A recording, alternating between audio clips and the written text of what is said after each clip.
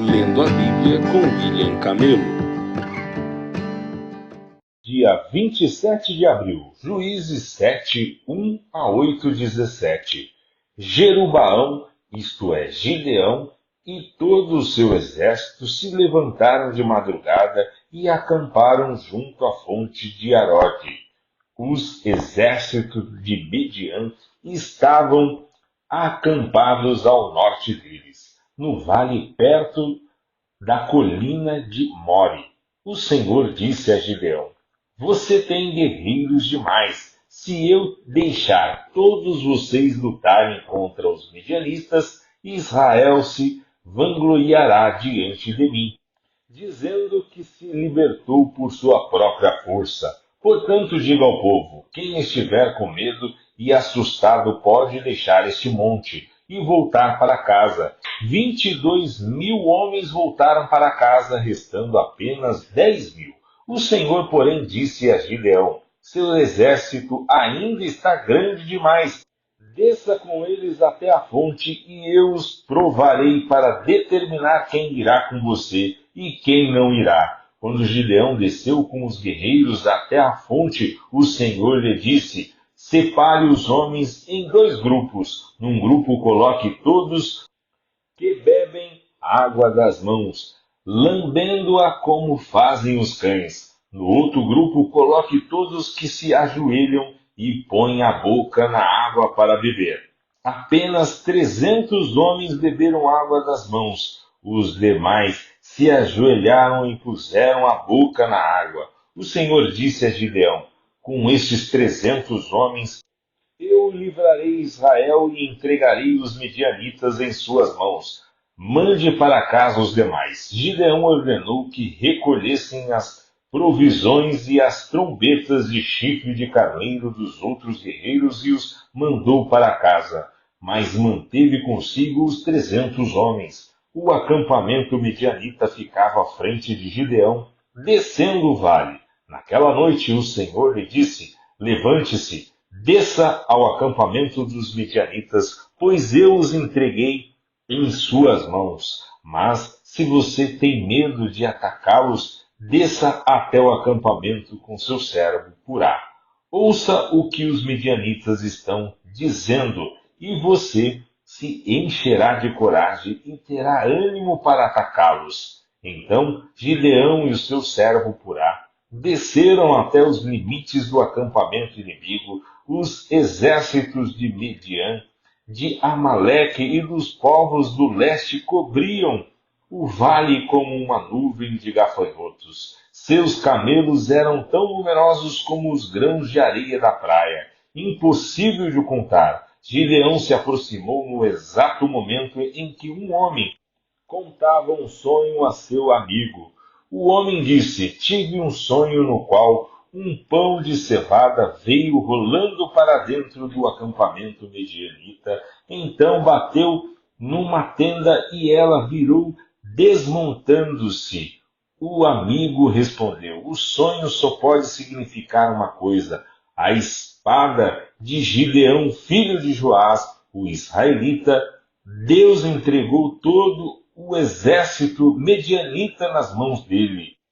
Quando Gideão ouviu o sonho e sua interpretação, prostrou-se em adoração, voltou para o acampamento de Israel e gritou: Levantem-se, o Senhor entregou o exército medianita em suas mãos. Em seguida dividiu os 300 homens em 3 grupos e deu a cada um uma trombeta e um vaso de barro com uma tocha dentro.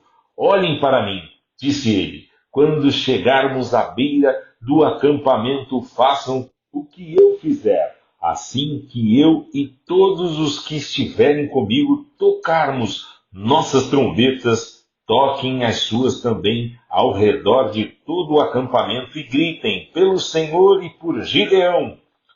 Pouco depois da meia-noite e da troca da guarda inimiga, Gideão e seus 100 homens chegaram aos limites do acampamento midianita. De repente tocaram as trombetas e quebraram os vasos de barro. Então os 3 grupos tocaram as trombetas e quebraram os vasos. segurando a tocha na mão esquerda e a trombeta na direita. Todos gritaram: a espada pelo Senhor e por Gideão. Cada homem manteve sua posição ao redor do acampamento e viu todos os midianitas correrem de um lado para o outro, gritando apavorados enquanto fugiam. Quando os 300 israelitas tocaram as trombetas, o Senhor fez os guerreiros que estavam no acampamento lutarem uns contra os outros com suas espadas. Os que sobreviveram fugiram para o lugar distantes, como Bet-sita, perto de Zirera, e para a despisa de Abel-meola, perto de Tabate.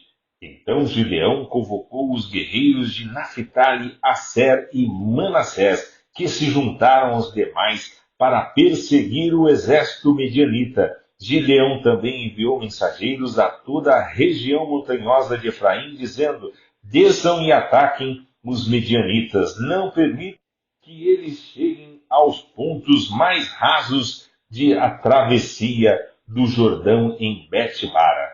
Todos os homens de Efraim obedeceram, capturaram Oreb e Zeebe, os dois comandantes medianitas, e mataram Oreb na rocha de Oreb e Zeebe na presença de uvas de Zeebe. Depois continuaram a perseguir os midianitas, por fim levaram a cabeça de Oreb e a de Zeebe para Gideão, que estava do outro lado do Jordão. Então os homens da tribo de Efraim perguntaram a Gideão: por que você nos tratou desta forma? Por que não nos chamou quando foi lutar com os midianitas? E o repreenderam duramente. Gideão, porém, respondeu: o que eu fiz em comparação com vocês? A sobra das uvas da colheita de Efraim não são melhores que toda a colheita do pequeno clã de Abiezer? Deus entregou em suas mãos Oreb e Zeebe, os comandantes do exército medianita. O que eu fiz em comparação com isso? Quando ouviram a resposta de Gideão, a indignação dos homens de Efraim diminuiu. Então Gideão atravessou o rio Jordão com os 300 homens, e embora estivessem exaustos, continuaram a perseguir os inimigos. Quando chegaram a Sucote, Gideão pediu ao povo da cidade: por favor, deem um pouco de comida aos meus guerreiros, eles estão muito cansados. Estou perseguindo Zeba e Zalmuna, reis de Mediã. Mas os líderes de Sucote responderam: primeiro capture Zeba e Zalmuna, e então daremos comida ao seu exército. Muito bem, disse Gideão. Depois que o Senhor entregar Zeba e Zalmuna em minhas mãos, voltarei e resgatarei a carne de vocês com espinhos e com espinheiros do deserto. Dali Gideão subiu a Peniel, onde também pediu comida e recebeu a mesma resposta. Disse ele ao povo de Peniel: quando eu voltar vitorioso, derrubarei esta torre. A essa altura, Zeba e Zalmuna estavam em Carcor, com cerca de 15.000 guerreiros. Era tudo o que restava dos exércitos aliados do leste, pois 120.000 já haviam sido mortos. Gideão subiu pela rota das caravanas a leste de Noba e Jogibeia e atacou de surpresa o exército medianita. Zeba e Zalmuna, os dois reis medianitas, fugiram, mas Gideão os perseguiu e os capturou, derrotando seu exército. Gideão, filho de Joás, voltou da batalha pelo desfiladeiro de Eres. Ali capturou um jovem de Sucote e exigiu que ele escrevesse o nome dos 77 oficiais e autoridades da cidade. Então Gideão retornou a Sucote e disse ao povo: aqui estão Zeba e Zalmuna.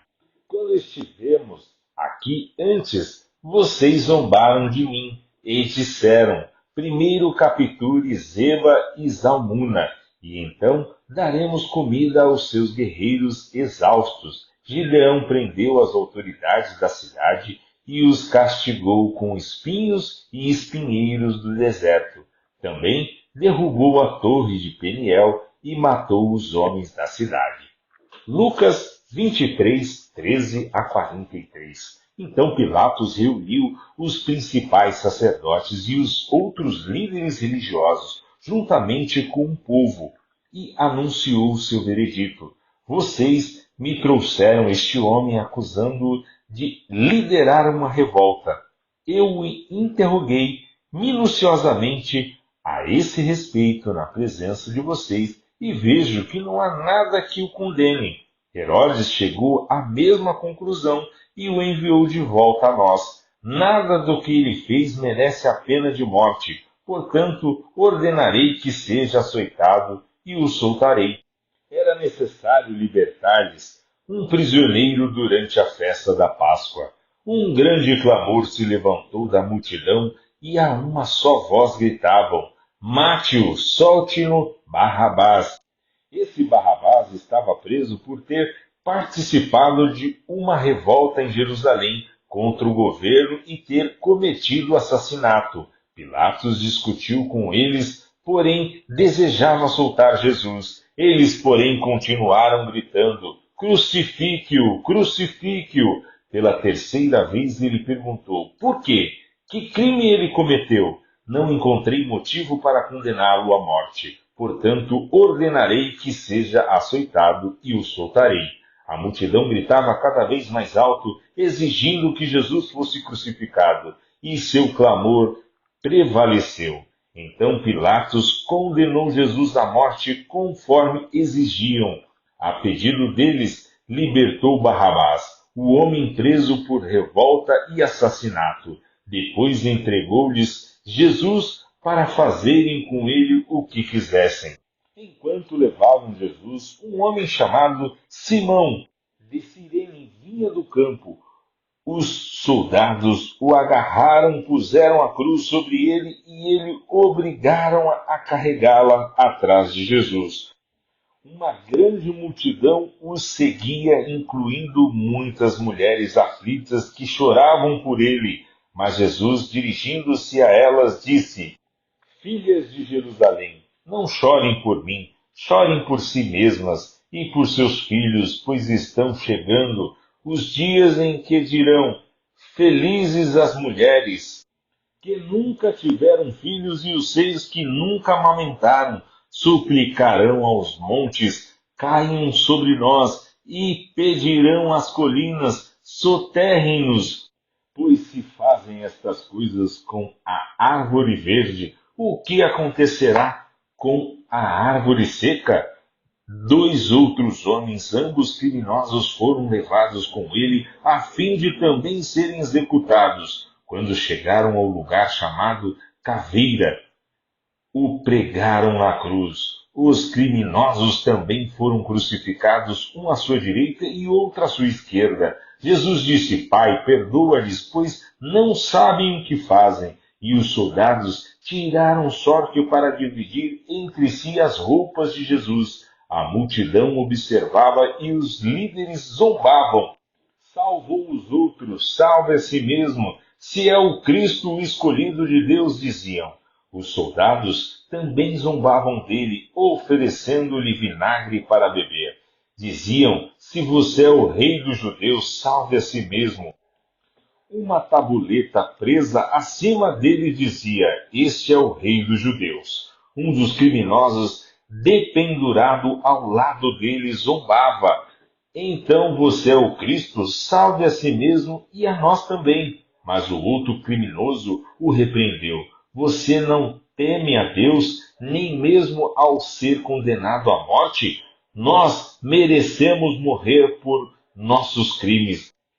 Mas este homem não cometeu mal algum. Então ele disse: Jesus, lembre-se de mim quando vier no seu reino. E Jesus lhe respondeu: Eu lhe asseguro que hoje você estará comigo no paraíso. Salmos 97, 1 a 98, 9. O Senhor reina, alegre-se a terra, exultem os litorais mais distantes, nuvens escuras o cercam, justiça e retidão são a base de seu trono, fogo se espalha diante dele, queimando todos os seus inimigos.